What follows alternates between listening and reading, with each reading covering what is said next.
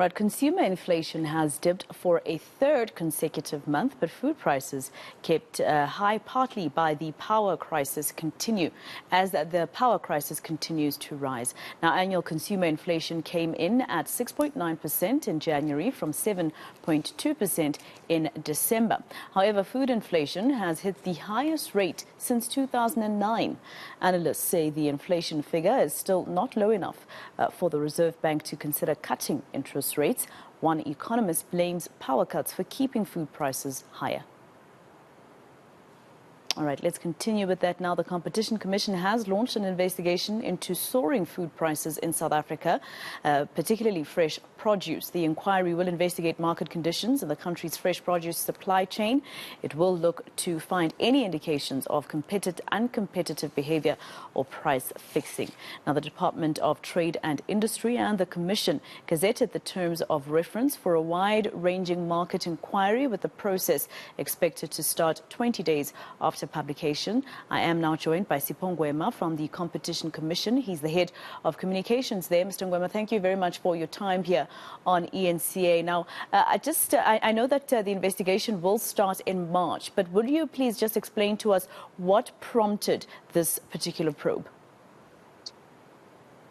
Thank you very much, Masego, and good morning to the listener, to the viewers. Basically, you know the role that agriculture plays in the economy in terms of job creation, in terms of putting food on our tables, but also just in reviving the economy. But also we have been hit by a number of things, including COVID, and the economy has not been doing well.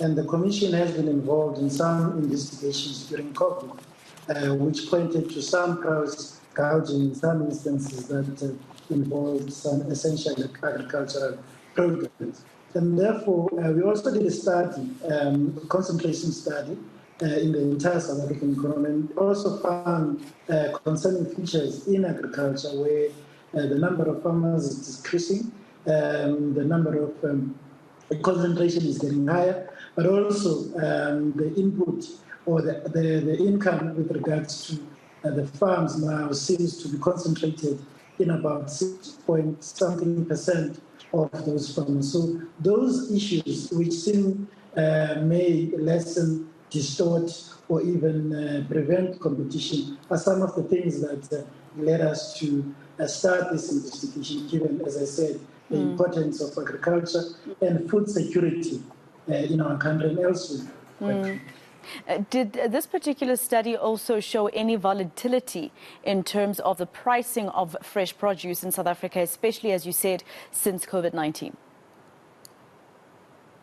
Yes, we have been monitoring prices in terms of essential foods, and there have been certain aspects that we have been concerned about. As I said, I mentioned some issues with regards to price gouging, but there are some elements within agriculture where prices have been escalating. There can be a number of reasons to this. However, we need to dig deep and dive into these processes and start from the inputs where the farmers make their inputs, and to see what influences the price which we find on the shelf. So we are going to be looking at, as I said, from inputs, from production, distribution, the entire value chain, in order for us to be able to understand what influences these things. And there are three things that we want to look at, and those must give us an idea of what is happening in the sector and whether or not there is fair competition in that particular sector.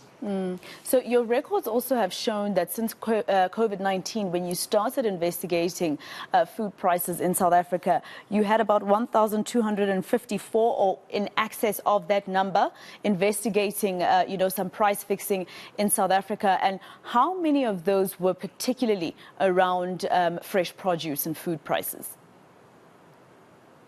Look, there were a number of those. I might not have the exact figure right now, but there was a quite substantial number of those that had to do. You would remember people were complaining about a number of food items, essential food items that were needed, and some of them were needed for the concoctions that people had to use to protect themselves from COVID.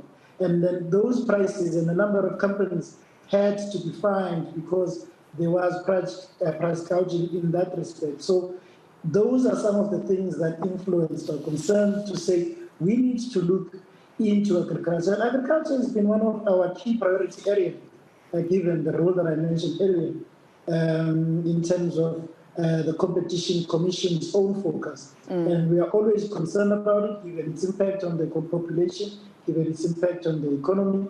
It's something that we must always keep our tabs on, and to make sure that there's fair competition in the sector. And I wonder how, load shedding will come into effect when they explain to you if they are found guilty of any price fixing and uncompetitive pricing, Mr. Ngwema, especially when you mentioned the agriculture industry that has been complaining about power cuts. But thank you very much for your time. That was Sipho Ngwema.